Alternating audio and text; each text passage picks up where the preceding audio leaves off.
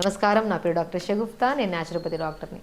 Eye problems అండి, కంటి సమస్యలు ఒకరికి కాదు. ఇప్పుడు మనం ఒక స్కూల్కి వెళ్ళి సర్వే చేస్తే, మీరే ఈజీగా సర్వే చేస్తే, క్లాస్ రూమ్లో 80% పిల్లలకి స్పెట్స్ ఉన్నాయి. పిల్లలకేంటి, పెద్దవాళ్ళకు కూడా స్పెట్స్. అదే మనం పాతకాలంలో స్పెట్స్ చూస్తే చాలా పెద్దవాళ్ళలోనే చూసేవాళ్ళం. ఈ మధ్యకాలంలో పెద్ద చిన్నపిల్లలనే ఎక్కువ. ఎక్కడ ఎందుకు రావు స్పెట్స్? పొద్దున్న లేచినప్పుడు సాయంత్రం వరకు మొబైల్ కళ్ళు ఆర్పకుండా చూస్తున్నారు పిల్లలైతే.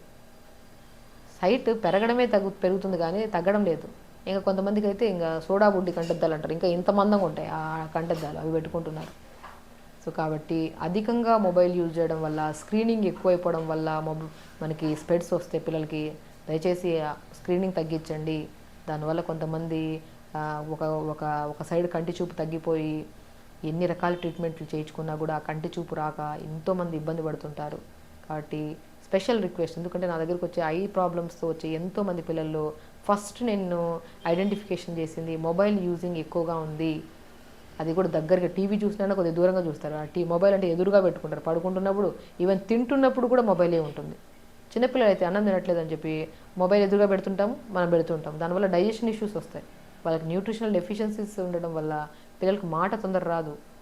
యాక్టివిటీ కూడా చాలా డిఫరెంట్గా ఉంటారు, అబ్నార్మల్ పిల్లల్లాగా కనపడతారు పిల్లలు అసలు పిల్లల దగ్గర నుంచి తీసుకుంటే. సో మొబైల్ అనేది ఎప్పటికైనా మోర్ డేంజరస్. మొబైల్ని తగ్గించండి. పిల్లలకైతే ఏం అవసరం ఉంటుందండి, పెద్దవాళ్ళం అంటే మనకి రిక్వైర్మెంట్ ఉన్నప్పుడు యూజ్ చేస్తాం. చిన్నపిల్లలకి ఎందుకు అలవాటు చేస్తున్నాం? అసలు మదర్ అండ్ ఫాదర్ ఎఫెక్షన్ కూడా తగ్గిపోతుంది పిల్లలకి. ఎందుకంటే ఒక మొబైల్తో ఉన్నంత బాండ్ రిలేషన్షిప్స్లో ఉండట్లేదు. అలా మొబైల్స్ యూజ్ చేయడం తగ్గించండి 100%. అండ్ దాంతోపాటు మనము ఆకుకూరల్లో పొన్నగంటి కూర, దాన్నే పోయిన కంటి కూర అని కూడా అంటారు. అద్భుతమైన, పాతకాలంలో పోయిన కంటి కూర అనేవాళ్ళం. పొనగంటి కూరని మనం రెగ్యులర్గా తెప్పించుకొని పప్పులో కానీ రసంలాగా కానీ చేసి పెట్టడము, లేదంటే పొనగంటి కూరని ఉడకబెట్టి ఆ రసం వస్తే, ఆ నీళ్ళు వస్తాయి కదా, ఆ నీళ్ళని ఇడ్లీ బ్యాటర్లో కలుపుకొని గ్రీన్ ఇడ్లీస్ పెట్టండి. ఒకరోజు రసంలాగా చేసి రసం పెట్టండి. చిన్న చింతపండు, కొద్ది జీలకర్ర, కొద్ది వెల్లుల్లి వేసి మంచిగా రసం పెడితే పొనగంటి కూర రసం ఎంత బ్రహ్మాండంగా ఉంటుందో. మునగాకు ఇంకా అద్భుతంగా పనిచేస్తుంది కంటి సమస్యకి. మునగాకు రెగ్యులర్గా తీసుకునే వాళ్ళలో పిల్లల్లో నరాల బలహీనత ఉండదు, ఫేస్ పాడవ్వదు, అసలు వైట్ హెయిర్ రాదండి. మునగాకుని మనం రెగ్యులర్గా అలవాటు చేసే పిల్లలకి వైట్ హెయిర్ సమస్య రాదు.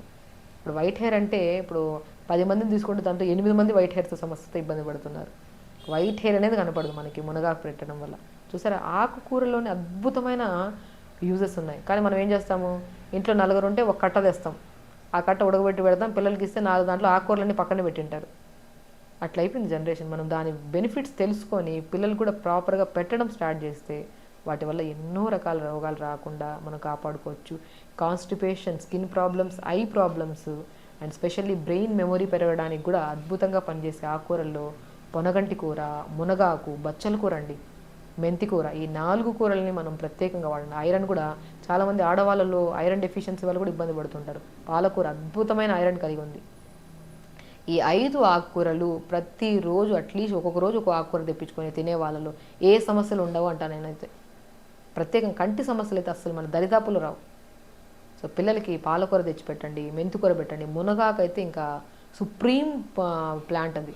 మునగా లోపల గుజ్జు, మునక్కాయ లోపల ఉడకబెట్టిన తర్వాత గుజ్జు ఉంటుంది, అది బ్లడ్ని ప్యూరిఫై చేస్తుంది. బ్లడ్ క్యాన్సర్స్ రాకుండా, బ్రెస్ట్ క్యాన్సర్స్ రాకుండా కాపాడుతుంది.